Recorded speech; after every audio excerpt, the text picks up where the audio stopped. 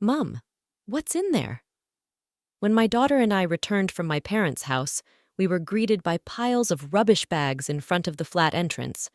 As we approached, I realized that these bags contained my daughter's belongings and my belongings, carelessly packed as if they were real rubbish. Confused, I exclaimed, "What is this? Why is this happening?"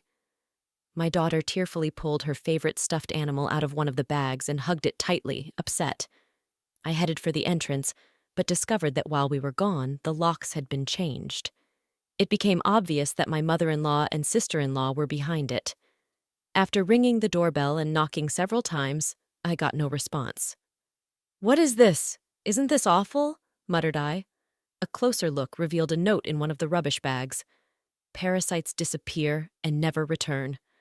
A wave of anger rose in me, and I couldn't resist voicing my disappointment out loud. "The real parasites are you," I muttered. It was the worst treatment from my in-laws in the last 15 years. Not only me, but my daughter felt the same way. It was unbearable. Exhausting my patience and seething with anger, I loaded our belongings into the car and we drove back to my parents' house. "I'm never going back to that house again," I declared. "I can't wait to see what happens to vermin when their host leaves." My name is Sarah. I am currently 43 years old. I live with my husband, my daughter, my mother, and my husband's sister. I can't say we live happily ever after. I work from home, but it's never peaceful in this house. It's all about my mother-in-law and sister-in-law, Diane. They have disliked and ignored me for over 10 years. As my daughter Tracy got older, it bothered me less and less. I mainly work as a personal counselor. I started out as a fortune teller, but when my blog became popular, I started getting more client referrals, which led to my current job. I met my husband, Kent, through an acquaintance when I was training to be a fortune teller. I work as a senior executive secretary for a pharmaceutical company, and as a part-time job, I do affiliate marketing, which has finally started to pay off. Kent enthusiastically gave me advice on attracting clients when I told him about my difficulties with fortune telling. Attracted by his kindness, we started dating and were married a year later. At the time, our incomes were low, but Kent was always supportive of me. I am so glad I married Kent. I really felt that way. I started living with my in-laws about a year after I got married. It started when my father-in-law, who up until that point had been healthy, suddenly passed away. My mother-in-law felt insecure about the future and asked my husband to live with us. We agreed to live together in exchange for her taking care of all the household chores. At first, my mother-in-law welcomed our living together and was happy. I hoped we would get along well, but I was wrong.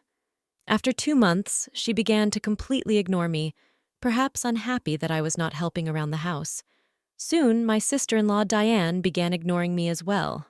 I didn't mind being ignored, but what strained my relationship with my mother-in-law was her tendency to involve others.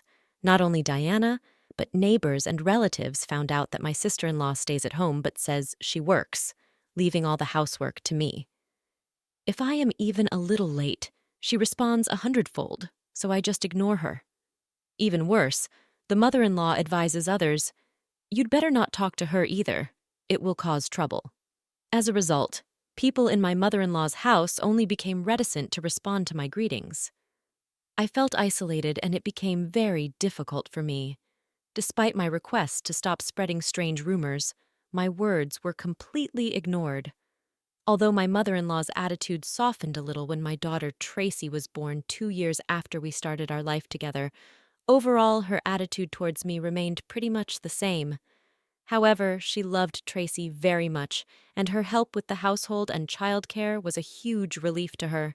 Around the same time that my job became busier, my husband Kent's side business began to struggle and seemed unable to adapt to the changes in the affiliate marketing market. He approached me with the words, "Sarah, could you increase your contribution to your monthly expenses a little bit?" I agreed, noting that my consulting was growing and the new methods I had implemented were working well. Despite my willingness to collaborate on finding ways to increase sales, Kent insisted on doing it on his own, saying, "I think I'll try to do it on my own. I'm sorry." From the beginning of our marriage, we agreed that Kent would handle the household finances. At first, my income was small, so he allowed me to contribute more. As my sales grew, I would transfer money to Kent based on my monthly earnings, and he would set aside a fixed amount for living expenses in cash. At first, I could only contribute $100, but now I could transfer up to $1,000. Although not every month, I could transfer more if I had savings. I knew Kent was having difficulties with his side business, but his pride prevented him from consulting me. He began spending more time at the coffee shop after work, coming home later and later. When Tracy was about 5 years old, Diane got married and moved away. Since she lived nearby, she often brought her son, Ricky, to our house for the afternoon. When Ricky turned 1 year old, Diane announced her intention to start working part-time. My mother-in-law happily offered to look after him until the evening. Diane was grateful and said, "Thank you, I'm so happy." However, when my mother-in-law started looking after Ricky at home, she grew very fond of her grandson and became cold towards Tracy.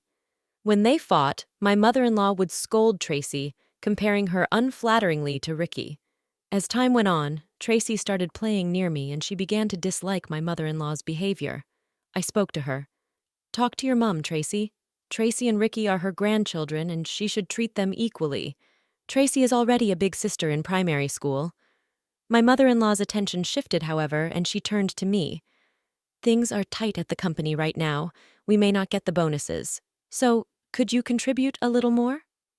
Despite the difficulties, attracting clients to my blog was successful, and I began to receive more consultations as a counselor, earning much more than as a fortune teller. When Kent asked for more financial support, I replied, "I'm already contributing $2,000 a month. Isn't that enough?"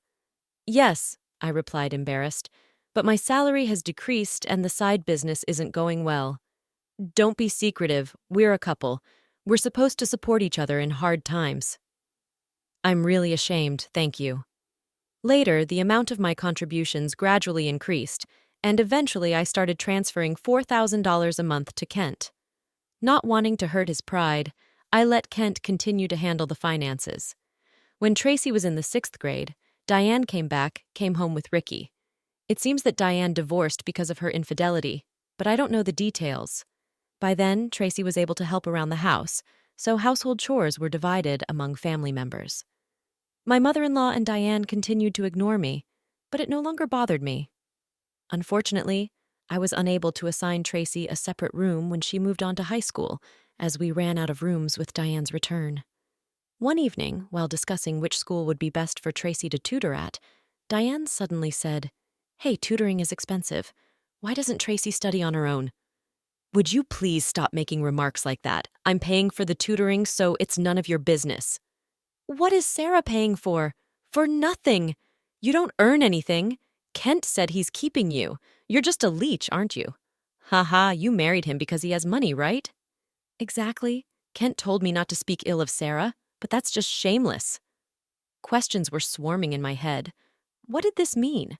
What was Kent saying to his mother and the others? Kent is the only one who supports this house financially. It's time to put an end to this parasitic lifestyle. "I'm sorry, Tracy, but if we pay her tuition, we won't be able to reimburse me." "We won't be able to pay? Are you saying our house will pay your compensation, Diane?" "Kent says it will pay. You should spend your money on Ricky."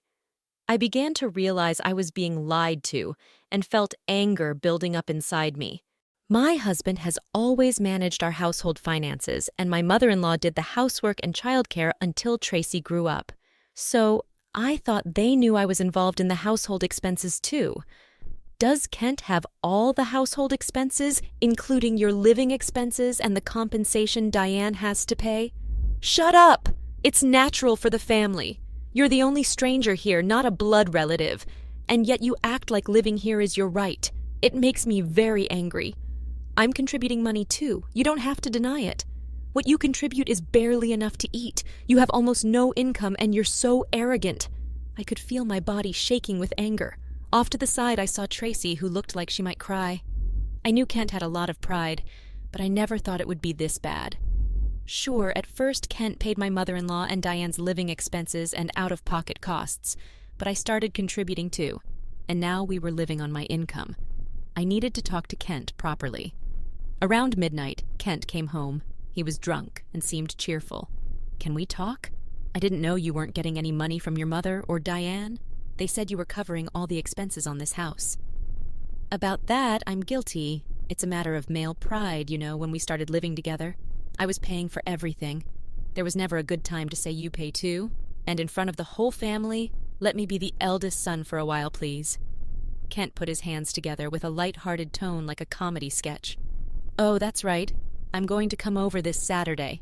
I'll be gone for a week. Take care of yourself, Conan." "Why? I've been invited to a seminar on Conan by a friend I run a side business with. I'm going to make it a success, so back me up, Sarah." "Well, I'm off to bed. I'll see you tomorrow." My husband laid down on the mat in a cheerful mood and soon began snoring.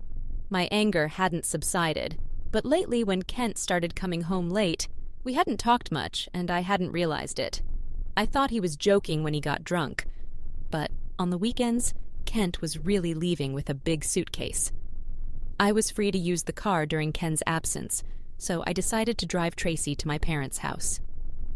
The next day, a shocking event awaited us. "Mom, what is it?" When Tracy and I returned from my parents' house, there was a pile of rubbish bags lying in front of the front door. Upon closer inspection, it appeared that these bags contained mine and Tracy's belongings, carelessly packed like real rubbish. "What is this? Why is this happening? I don't understand." Tracy, crying, pulled her favorite stuffed animal out of the bag and cuddled it. Furious, I headed for the entrance. "Has the lock changed?" It looked like the locks had been changed while we were gone. It must be the work of my mother-in-law and sister-in-law, Diana. I rang the doorbell and knocked several times, but no one came out. "What is this? Isn't it awful?" A closer look revealed a note in one of the rubbish bags. "Parasites disappear and never come back." I felt a surge of anger from deep within me. "The real parasites are you!" I couldn't help myself and let out a swear word. It was the worst treatment from my relatives in the last 15 years. And not just me, but my daughter. I finally lost patience with the anger boiling up inside me. I loaded my luggage into the car, and we drove back to my parents' house. I'm never going back to that house again. I can't wait to see what will become of these vermin when their master is gone. When we returned to my parents' house, they were shocked. I hadn't told them about the neglect from my in-laws, the money problems, or most importantly, their attitude towards Tracy. Not wanting to worry them, my parents said, "You don't have to go back to that house. You should demand compensation from them." They cried with anger and asked me to stay with them. My mother's words, "You really had a hard time," made me cry too. In fact, all this time I had been trying my best. Enough. I finally decided to confess my feelings. While I was staying with my parents, I got in touch with a friend who introduced me to Kent. She was involved with Kent's side business. "Friends, are you doing well? I want to ask you something. You don't know Kent's friends are now participating in Conan, the famous seminar for entrepreneurs, right? I was invited, but I wasn't interested, so I declined." "Kent didn't go, right?" "Yeah, that's right. By the way, I heard that Kent quit his job and is now in business with his wife. You two must be close." "Oh, yes, of course," I replied nonchalantly and hung up. Immediately afterwards, I called Kent's company. What my friend said turned out to be true, and to my surprise, Kent quit his job 2 years ago. This meant that for the past 2 years, I had been paying almost all of my in-laws' living expenses. Looking back, I suddenly felt empty. A week later, I received a leisurely text from Kent that he was back in the U.S. Ignoring him all the time, I stopped receiving messages from him. He must have learnt the news at home. Expecting constant contact with Kent, I hired a detective to investigate. The investigation revealed that Kent was dressing in a suit in the morning, gambling in the afternoon, and spending time at a woman's house in the evening. So I asked for an investigation into his infidelity as well. 3 weeks later, Kent called me. Payday at his former company must have been approaching, and he was in a panic. "Sarah, I'm sorry I couldn't reach you. I'm sorry for what my family did. I heard they kicked you out of the house, and I thought, why did it have to happen like that? Did you tell your mother and Diane the truth?" Kent quickly changed the subject and said something unbelievable. "Let's move out of this house and live in a new one. Just the 3 of us. I will sever ties with those who neglect you, Sarah. I'm willing to give up my mother and Diana, so please come back." You're really cutting ties with your mother and Diane? Was Kent really going to give them up easily after making them dependent on himself? I was frustrated with Kent and his self-centered actions, so I told him, "I'll be back for a while, so leave the door unlocked." Kent didn't seem to give my message much thought. A few days later, I returned to my in-laws' house with Tracy. Kent, his mother, and Diane were there, but Ricky was nowhere to be seen. I was relieved that Ricky didn't have to watch the ugly adult arguments. When Kent made some remarks, I ignored the disgruntled couple and pulled a divorce petition form out of my bag. I turned to a surprised Kent. "I heard you quit your job without telling me. Since we're supposedly running a business together, does that mean that the $4,000 I transferred each month was actually your salary?" Kent tried to justify himself. "No, it doesn't. I told you the business was in trouble, right? That's why I decided to quit before I got fired. Carly, I heard you quit 2 years ago, right? I called your company, and it's still not bankrupt." Kent fell silent. I continued. "By the way, what role do you play in our business together? Management? Are you the accountant?" Kent was getting more and more restless and began to sweat. "Kent supports the whole family, doesn't he, Mum? He quit his job. His side business isn't going well, and it remains a mystery where the money comes from. I'm leaving, but please continue to receive financial support from Kent." My mother-in-law and Diane's faces turned pale and ashy. "But the other day on the phone you were crying and begging to save only yourself, saying you'd cut ties with your mother and sister. Ha ha, but that's not going to happen. I'm also giving up on Kent here." "What do you mean?" "I don't understand. Kent doesn't go to work. That's a lie. He goes out in a suit and Sarah ran the household. It's true, Sarah paid for everything for years. I'm unemployed now and I don't run any side business. We're going to have a hard life because you guys kicked Sarah out. We could have an easy life without working if you guys didn't do anything extra." "What do you mean? You were planning on leaving us, weren't you?" Kent's reply infuriated my mother-in-law and Diane. While the three of them made a commotion, Tracy and I sprang into action. I stopped by to pick up some forgotten items. I picked up the cleaning robot I'd bought in the last 6 months, the expensive microwave my mother-in-law loved, and the beauty appliance Diane had gotten from Kent. "Wait, that's mine. It's mine since I bought it with my own money, or you can give me my money back for it." Diana fell silent upon hearing my words. I then searched and collected my things in their rooms. My expensive branded bags and accessories were not among the things they had laid out. "Why are you taking this too? This is mine." I ignored their complaints and entreaties. Finally, I dropped a bombshell on Kent. "Oh, I completely forgot. I plan to demand compensation from your mistress, Mary, to tell her that running away is futile." "What? How do you know about her?"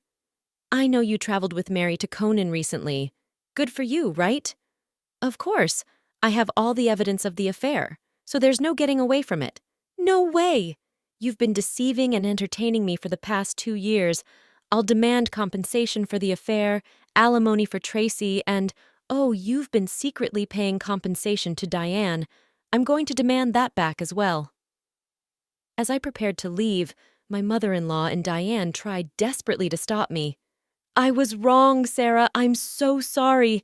We just took Kent's word for it. We can't live without you. We'll do anything. Please help us. I can't compensate you. I'm sorry, too. I apologize for everything. You will forgive us, won't you?" I couldn't help but laugh at their silly faces. They had finally realized who was supporting their way of life, and realized too late that there was no more non-blood support. "Let's ignore these people, Mom. Let's go home." "Yes, that's right, Kent. You'll hear from the lawyer soon. Please take care of it." Leaving a dejected Kent behind, we went home with our things packed. Later, my divorce from Kent was finalized, and I sought compensation through a solicitor. I received many apologies and requests for reconciliation from my mother-in-law and Diane, but ignored them all. Surprisingly, there was still some inheritance from Kent's father. The fact that they were living on my money without using their own angered me again. However, the inheritance wasn't enough to compensate, and they ended up having to sell the house to pay a lump sum. Naturally, this sum included the compensation I was paying for Diana. After the sale of the house, I don't know what became of Kent's family. I hope that Kent will be able to take care of his family, but ultimately he will choose his own path. I also sought compensation from Kent's mistress, which led to an unexpected revelation. Through a lawyer, I informed her that Kent was unemployed and that I was supporting the family. Kent deceived her by claiming to be an entrepreneur with a successful business, and after an argument, they broke up. Tracy and I moved into a flat, and I was able to give her the room she had longed for. I don't consider my 15 years wasted, but sometimes I wonder if I should have made a decision when I started to be ignored. Now I am happy to have peace and quiet in my home.